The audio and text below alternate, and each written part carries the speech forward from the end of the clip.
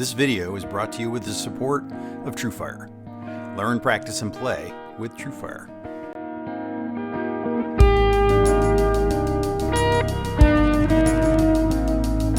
Hi, this is Keith Williams. Welcome to 5-Watt World. We're interested in helping you get the most music from the least gear. Building a small collection of guitars is really satisfying and fun, but the experience of owning each guitar is not the same. Some are great guitars, but are not all fun and games to own. So in this video, I'm going to look at 5 great types of guitars that sort of suck to own.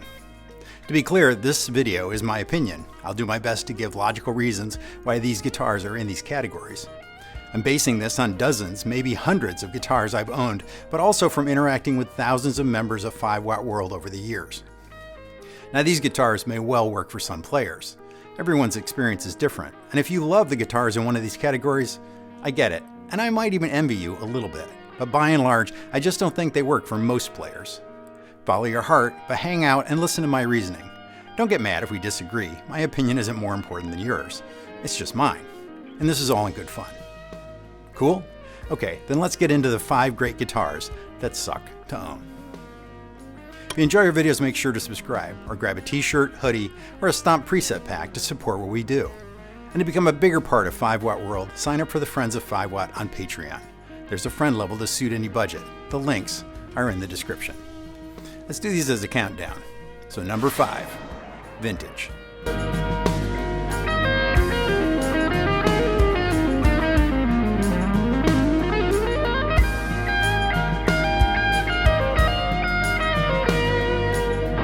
The first category is one where I feel most of us probably aspire to own one day, and that's a vintage guitar. In real estate, they like to say of land that they aren't making any more of it. Well, they aren't building any more 1960 Stratocasters either. Any number of players that I know buy the guitars they always wanted when they were in high school, now that they are at a place in their lives where they can afford them. Would I love to own my own birth year guitar and say a 1960 Esquire? Well, yeah. The simplicity of collecting birth year vintage guitars for a middle-aged guy is pretty clear. But the desire to own a vintage guitar has very little to do with the realities of acquiring or owning one. First, you have to educate yourself about the type of vintage guitar that you're interested in. Like learning about fine wine, there's just too much knowledge to learn all the different categories. You might think that with all these history videos I've made, I'd be confident in going vintage shopping. In fact, it's more a case of I know enough to know how much I still don't know. It can take a lifetime of gathering knowledge about vintage guitars. Even then, you'll likely have to specialize based on your tastes, so you likely won't be able to learn enough to go it on your own. You're going to have to choose a dealer. You're going to need to decide who to trust. In vintage watch collecting, there's a saying that you buy the dealer, not the watch, which is a clear way of saying that you need to decide who you can trust to shepherd you through your vintage buying experience. Guitars are the same. You're going to need someone that can help you evaluate the pros and cons of a specific guitar that may well have been played for over 50 years. Are the frets original? The tuners? The pickups? Heck, the pickup covers. All these things affect not just what you should pay, but it impacts what you're actually paying for. In my experience, the number of dealers that can do this dependably is very small. In the US, you might be able to count them onto your 2 hands, maybe one hand if it's a very specific type of guitar. As you might expect, if you're buying through a dealer whose knowledge you can trust, you'll likely have to pay a bit more, because you'll know what you're getting. But that extra bit you're paying can be seen as insurance, that you're getting, as the Brits like to say, what's advertised on the tin. And like going to an amusement park, the cost of admission is only a small portion of the cost of the experience. It's very common that once you find your dream vintage guitar, it will need work to make it playable for your style. It might need a fret job. You might need to have a new nut cut, or swap out the tuners that are failing. Like dependable dealers, the number of people that are qualified to work on vintage guitars without negatively impacting their value is very small. My good friend Jeff McErlane owns a few very nice vintage guitars, and when I asked him how many people he knew that he'd let work on, say, his 64 Strat, he told me 4.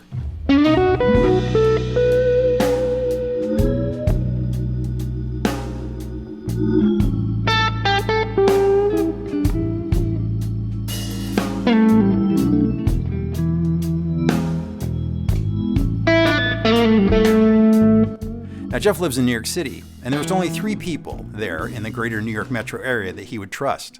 So like buying the dealer, you're also buying the repairman, And if you don't have access to, say, Matt at 30th Street Guitars, there very well might not be anyone within driving distance that you can trust to work on that vintage guitar that you spent endless time and likely a lot of money acquiring.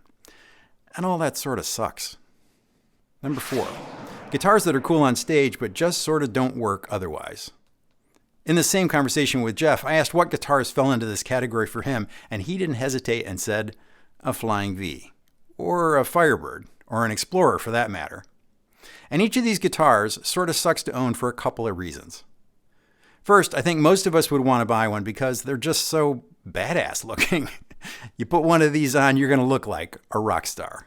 But when you come to the hard reality of the size of the case that can hold a guitar like this, well, you might have set out to look like a rock star, but only end up feeling like a roadie. Not that there's anything wrong with that. But maybe for you, schlepping around that folding table-style case is worth it because it just looks so cool. But if we're honest, most of our guitar heroes that played these guitars kept them in a guitar locker that the road crew rolls into and out of a semi when they get to the gig. Further, each of these guitars plays very differently sitting down versus standing up. A V really doesn't want to be played sitting down, unless you've mastered your Randy Rhoads classical guitar influence between the legs position. Standing up with a V is actually very ergonomic, and really, does anything look cooler? I've always thought that the Firebird is absolutely one of the coolest designs ever. I mean, this guitar was drawn by a car designer from the 1950s, and it looks like it. Jeff tells me that his recently acquired Gibson US Firebird is very comfortable to play sitting down, as are the Explorers that I've played. But Firebirds feel very different standing up to play, and it's an adjustment to switch from, say, a Les Paul to a Firebird and back, again on a gig. The neck is just kind of way out there. Maybe that's why Bonamassa's Bonabird was born. Great headstock, but plays like a Les Paul. And an Explorer, the big bow tie of the guitar world, they're very comfortable sitting down or standing, so maybe that's just the ungodly large case issue.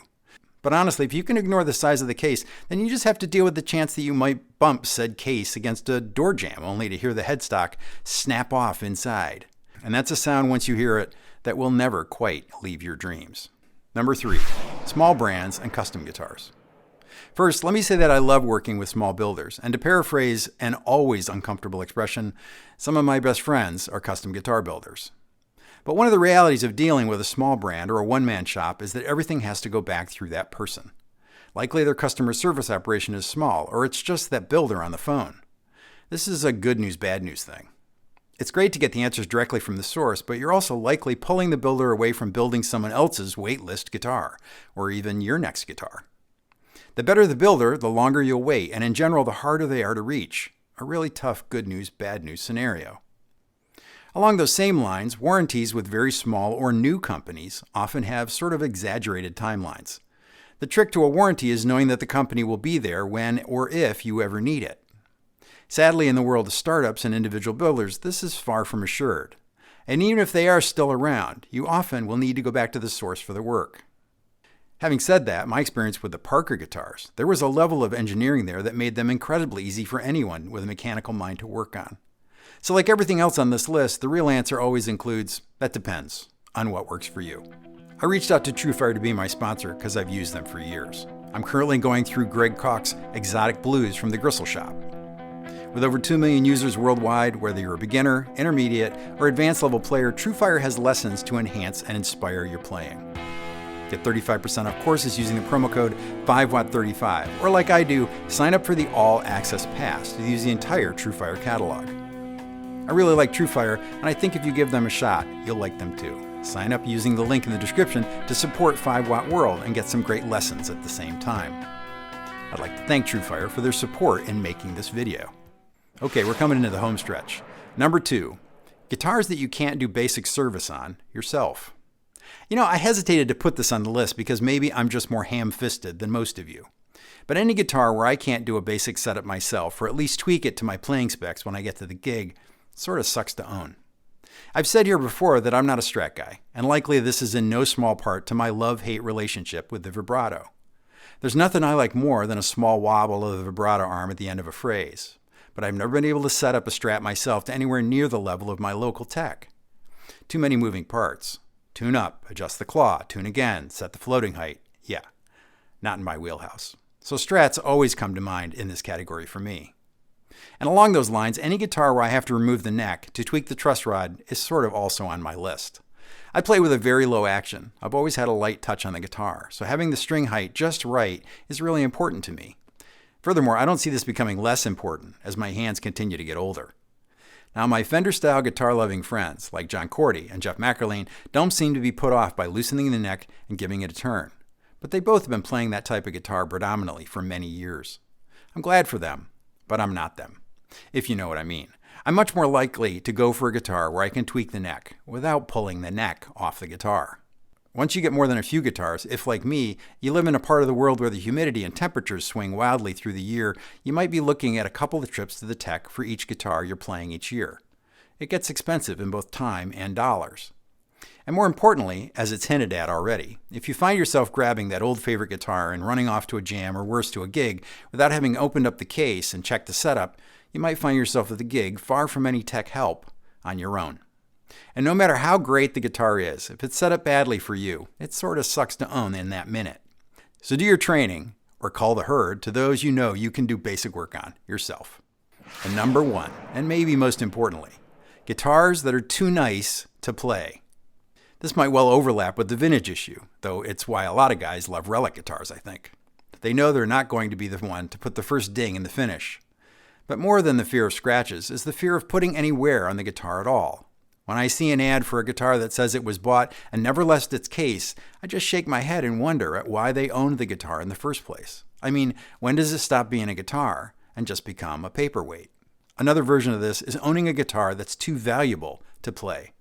It might be the aforementioned fear of dings, but it also might be fear of having the guitar stolen. Whether this is vintage, a high-end custom shop, or a custom-built guitar that can't be replaced. If it's collecting dust sitting in its case, is it really a guitar?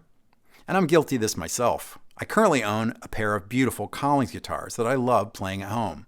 Easily two of the nicest guitars I've ever been able to afford.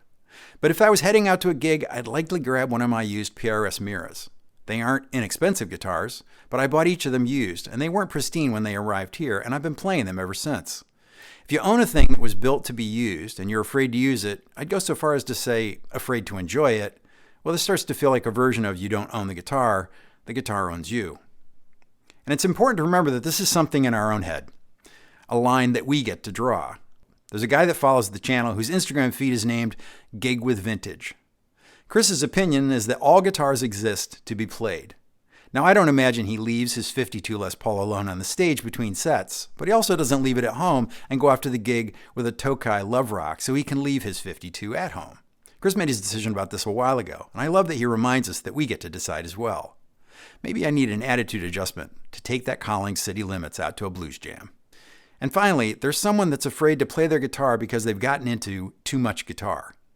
You've stretched your budget and bought a guitar that maybe was your holy grail, but it's taken on an identity of its own, and it ends up living in its case out of fear that you're going to erode its value. You know the expression, house poor, where someone ends up buying a house where the payment is crushing them each month? Owning a guitar that's just too expensive for your budget is much the same thing. You can become guitar poor. If you change the sort of groceries you're buying to either save for or make a credit card payment for that Grail guitar, then it's probably time to reevaluate what it is about the hobby that took you down this road. Buying too much guitar gets in the way of your enjoyment. In general, I try to own guitars that I wouldn't hesitate to take to a blues jam or a local bar or a backyard barbecue. Guitars are tools, and they are going to develop a patina of use. That's how it's supposed to work. If they get used, they're going to show some of their mileage. One of my favorite examples of this is Dan Steinhardt from That Pedal Show's Red Custom Shop Telecaster. If you've followed the show, as I have from the beginning, you've watched that guitar going from being pretty clean to its present-day, video played and gigged condition. If he'd kept it absolutely pristine, not used it at all those times, then I'm sure it wouldn't give him the same satisfaction as it does in its worn and weathered state. I'll bet that Dan looks at all that wear with the knowing satisfaction of a guitar's life well lived. And that certainly can't suck. That's my take on the guitars that suck to own. Agree or not, remember, that's cool. I'm just thinking out loud here. You might disagree. Heck, I might be wrong, but I always encourage us to step back and look critically at the way we approach this wonderful hobby of music and guitars. If you agree or disagree, put it down in the comments. But remember, be nice. If you can think of other examples of great guitars that suck to own, put it down in the comments as well to share with everyone in 5-Watt World. If you like this video, you'd probably enjoy my live stream on 6 thoughts on guitar collecting. First, I need to thank John Cordy and Jeff McErlane for letting me borrow their music to break up the narration, and to Jeff for sharing his long gigging and guitar buying experience as well. I need to thank Chris at Gig with Vintage for sharing his philosophy and images of him gigging his vintage finds over Instagram. The links to all 3 of them are in the description. I need to thank my friends at Ish Guitars for sharing pics of the great vintage pieces that have come through their doors in recent memory. I'm lucky to have them as my local guitar store. I want to thank everyone that stopped by the online store and picked up a t-shirt, hoodie, hat, or a Stomp preset pack. And in particular, I need to thank the friends of 5-Watt on Patreon. It's the guitar community I've always wanted. You're all 5-Watt World. And in particular, I want to thank the friends of 5-Watt on Patreon. It's the guitar community I've always wanted. You're all 5-Watt World. I just make the videos. If you enjoyed this romp through great guitars that suck to own, hit the like button. And if you haven't subscribed yet, go ahead and hit that too. Thanks for hanging with me until the end. Until next time, I'm Keith Williams.